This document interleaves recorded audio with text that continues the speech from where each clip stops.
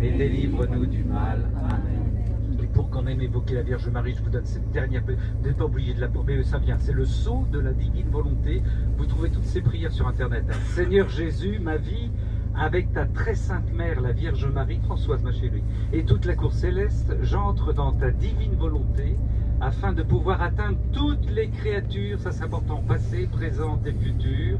Sur chacune, je veux apposer le sceau de ta divine volonté, afin que dans le sang divin de l'agneau, ce sceau puisse les purifier et les protéger. Ça c'est pour tous les proches que nous avons laissés à droite et à gauche. Reçois cette prière, Seigneur Jésus, de la part de l'humanité entière, toute la gloire qui revient à ta puissance, à ta sagesse et à ton amour. Amen. Acte prêt. Alors, je vais vous donner ça sur le site. Vous allez sur Carrefour de la Divine Volonté. Alors, vous avez toutes ces prières. C'est vraiment un site excellent. Et vous avez toutes ces prières et bien d'autres que celles que dit souvent le Père Chenang, l'infusion qui est très longue. Vous allez la trouver sur Carrefour de la Divine Volonté. D'accord? Allora, stamattina parrocchia Santa Maria Greca. Bene così. Ce matin, nous allons à la paroisse Sainte-Marie des Grecs. Carrément.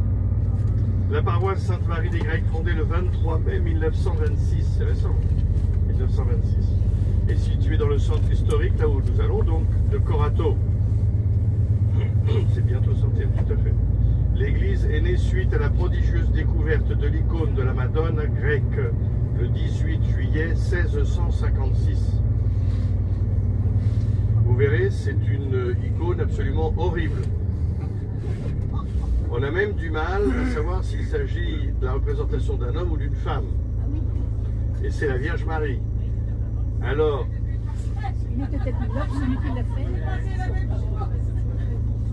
mais ça va être intéressant d'avoir une lecture spirituelle de cette image, de cette représentation miraculeuse. Et alors pourquoi c'est important? Chut, on se tait, Chantal. C'est à cet événement que l'on attribue la libération de Corato de la peste. Et c'est, vous verrez, hein, elle est au sous-sol, hein, enfin ou plutôt dans le...